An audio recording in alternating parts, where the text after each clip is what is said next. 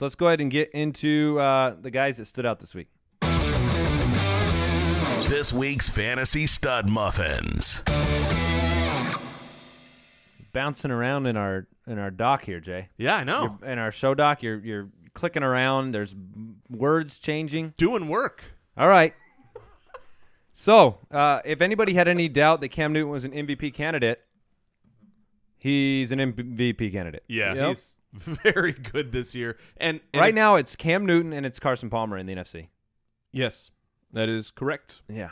So, Cam Newton, 21 for 246, a 5-burger in terms of touchdowns, and just massacred Washington. Yeah, that was delightful for me, as I have had pretty much a 50-point scoring quarterback the last 4 weeks, and I have not yet started them. They have been the wrong choice every week on my bench. That's always fun. So I got to start Cam this week. That was fun. All right, so Jameis Winston also had a huge week, 19 for 246 and 5 touchdowns. Of course he did. Of course he did. Well, hey, I did say I thought this was your almost upset of the week. I had to choose between the Colts and the Falcons, or the Tampa Bay Bucks against Philly, and now Tampa Bay is a game out of the wild card. Yes, and they have a matchup with the Colts this week. 500. So really impressive game from Winston. Really, really made a difference to have Vincent Jackson back in the lineup. And 2 touchdowns for Jackson, and Doug Martin ran wild. And I will say this because I was very involved in this game. I had an Eagles defense going against him. The Eagles dropped about 6 interceptions and just missing a play by a hair. Now that doesn't matter. When it comes to the stat sheet, but I'm just pointing out for the people who are, Winston, 5 touchdowns. He's the greatest. He was just on the right side of what could have been a horrific week for him. But Mike, he was the #1 drafted quarterback in the NFL. I'm pretty sure he's gonna be the best. Mickey Mouse followed me home. No, the voice of public opinion was very popular last week. But Mike, I think he should be the #1 pick this week. The #1 pickup in waivers. Yeah, well, he had 5 touchdowns. What are you stupid? What is? Sorry, Mike. Things have really changed. I'm gone for a week. The show's changed a lot.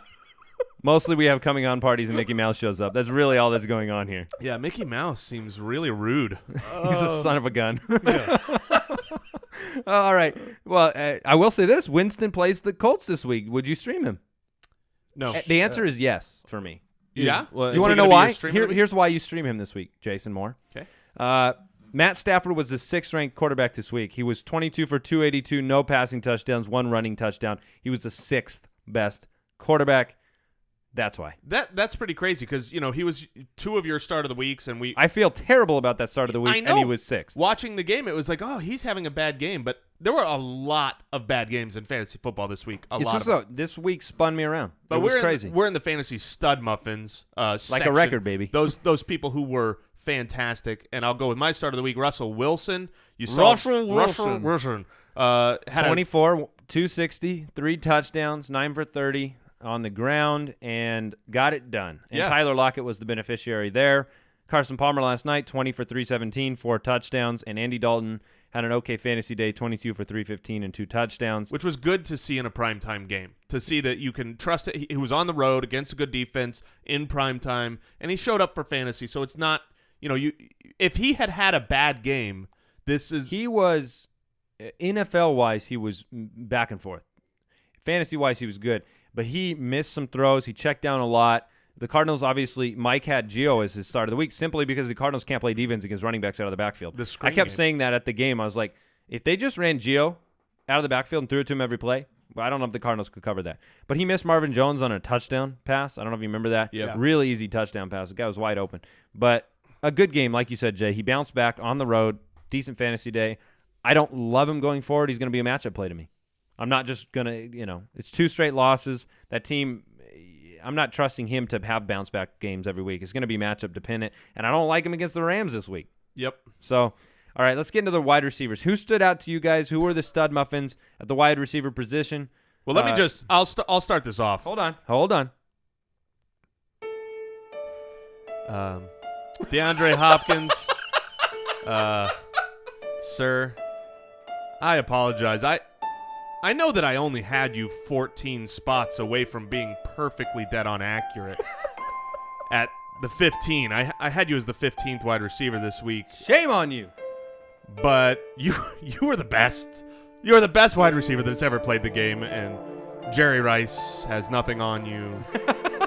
Yeah, he looked pretty good. Yeah, pretty good. You knucklehead. I had to call him out. Mike, you heard this. I had to call him out on the air because I didn't want the fantasy footballer's name to be dragged through the mud with your ranking of DeAndre Hopkins. I had to message. Well, he's got a bad matchup. I had to message on Slack immediately after hearing it of saying, what is going on? It's done. It's Hopkins. I believe he said Jason's Hopkins hate is insanity or something like that. I'm still standing by the fact I was only 14 spots wrong. That's what I will That roll with. is correct. All right. So Hopkins, yeah, pretty good. 5 for 118, 2 touchdowns. James Jones resurfaced from the mire, from the bog. He came and rose and made it, honestly, a really great touchdown catch. 6 for 109 and a touchdown, and probably single-handedly made a lot of people angry who were facing him and thought he'd do nothing.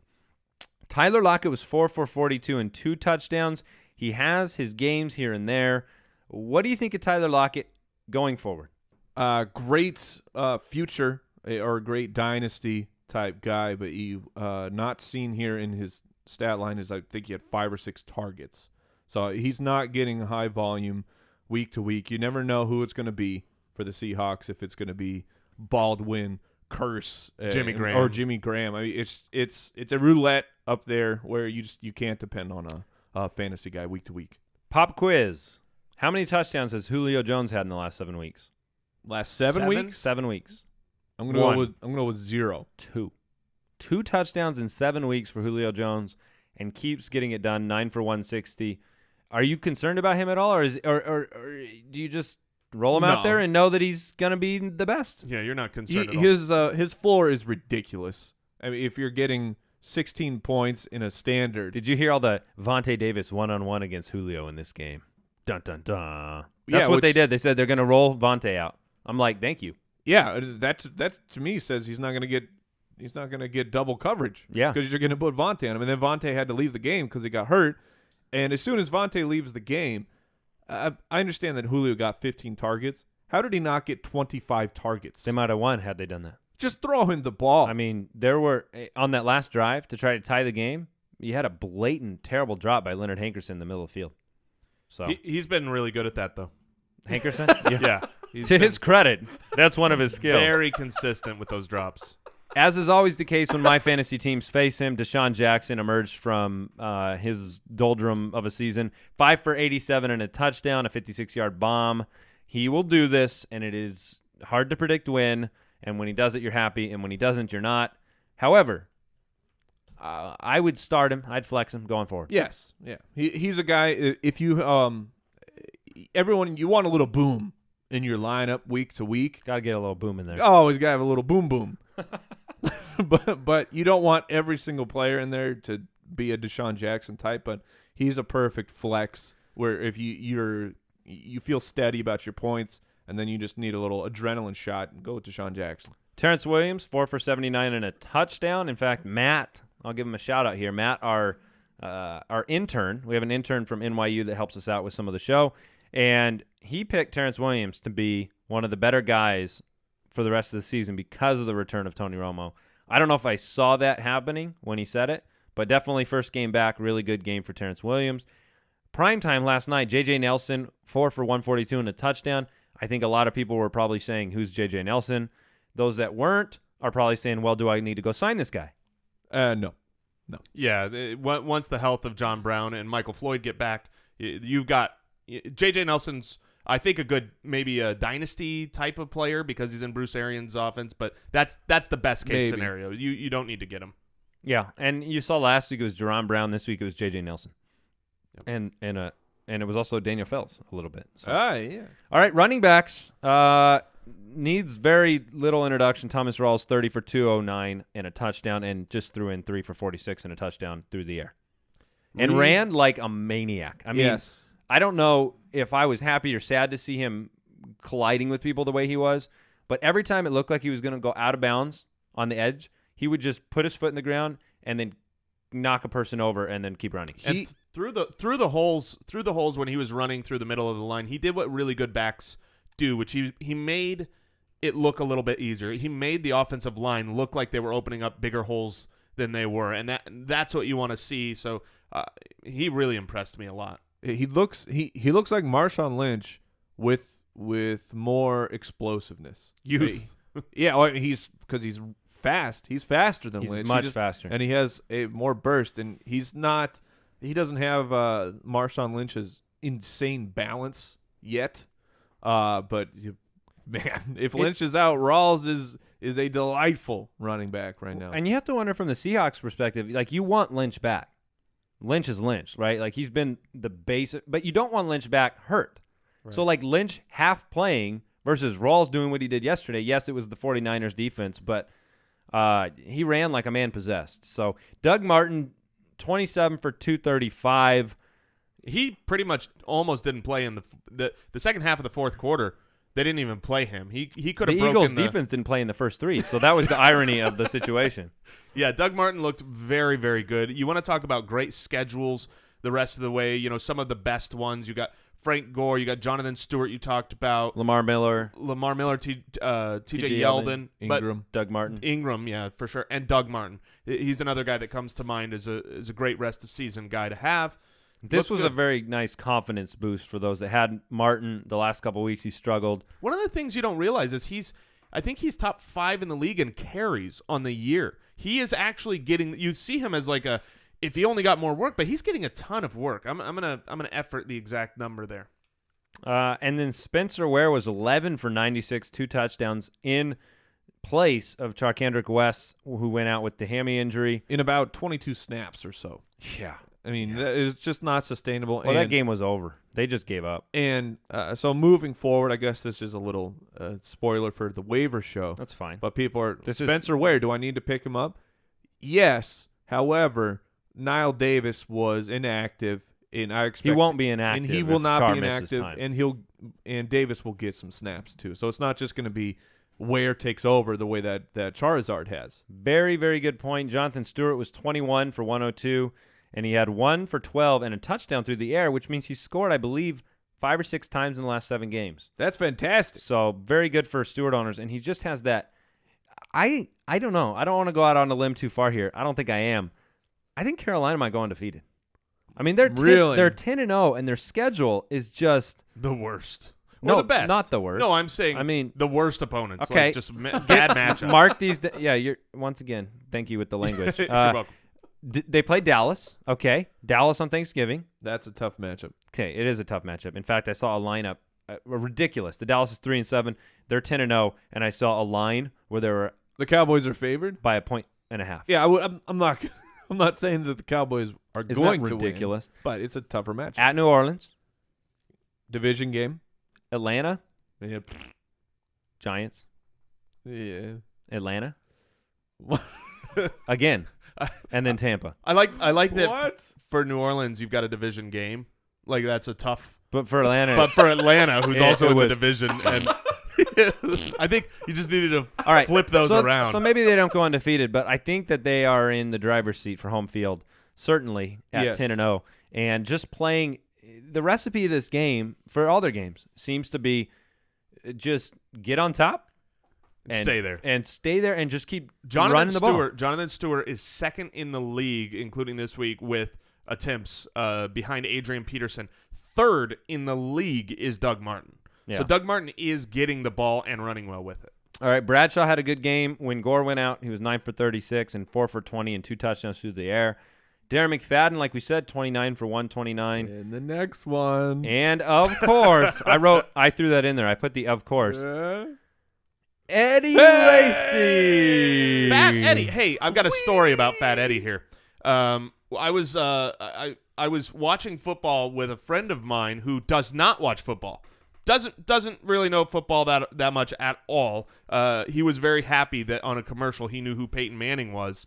So that's his level of football. Sure. We're watching the Green Bay game, and Eddie Lacy gets a pass and rumbles a little bit, and he goes, "That guy's really big." And I was like, That shows it. That shows it. You don't know football. You don't know an offensive lineman from a running back, but you see Fat Eddie and you have no frame of reference and you go, "Oh, that guy's like really big." And he meant that as in like overweight, because we were talking and he's like, he just looks really unhealthy. It's like, man, yep, that's Eddie. I hope That he's being back. said, 22 for 100. He looks This is great. what Starks owners were afraid of. This is what we warned about a little bit in the week. Still said start Starks because he's the starter. Not anymore. But now, who knows? And how can you feel confident about It's Eddie Lacy. rolling Eddie Lacy out, though? Are you kidding me? I mean, the fact you said it that way, I don't even buy that. What? It's Eddie Lacy. It is. Oh, it's Eddie Lacy. It's been Eddie Lacy for like. But I'm saying Eddie Lacy is the starter again. He will be the starter next week. I wouldn't start him. I'm not saying whether or not to start him. I'm saying Green Bay will start Eddie Lacy. Eddie Lacy All right. will be the majority carry. Yeah, He's got a Thanksgiving game against the Bears, and I think Eddie Lacy's gonna eat. Oh my goodness, he eats on Thanksgiving. Not to over disparage the man for being larger. There have been great running backs. Jerome Bettis was a Hall of Fame, franchise running back at that size, and Lacy has been that for years. I mean, he just maybe it got a little too carried away this year.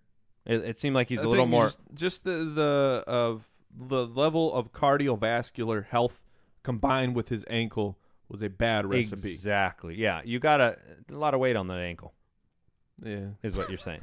All right, Ronnie Hillman, 21 for 102. He was the guy. And what's interesting about this is just kind of thinking through things as the week was going along, though. You knew it was going to be Brock Osweiler at the quarterback position. You felt like, or at least I did, like the running game is going to get better because Kubiak has a great running system. We've seen it historically year after year after year for Gary Kubiak, but Peyton Manning cannot run it because he's so beat up and his legs are not there anymore. I thought, well, with Brock Osweiler being able to run an actual stretch play and do other things, that the Denver running game may get back on track, and boom, Ronnie Hillman, 20 carries. Yeah, 21 carries. Gio Bernard and Jeremy Hill both had good fantasy games against the Cardinals last night, which was unexpected. Hill had the 2 touchdowns. Gio was a monster. Gio Bernard was not unexpected. Okay, I would say with the matchup, some people were tempering, not you, obviously, because you had him as your start of the week. Yes. All right, so in Gio and Hill going forward, you're starting Gio? Yeah. Yep. Okay. Tight ends that had big games. Kyle Rudolph came from thanks. nowhere. Thanks, Kyle Rudolph. 6 for 106 and a touchdown.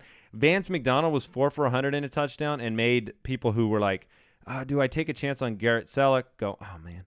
And then Greg Olsen, 3 for 54 and a touchdown. Delaney Walker, my start of the week, 8 for 109 and no touchdowns. And Tyler Eifert was he was a touchdown guy. Just a red zone monster. Tyler Touchdown should be his name. Anybody stand out there? Do you need to go sign Kyle Rudolph or Vance McDonald, Mike? Nope. But but Mike, it's the Christmas season.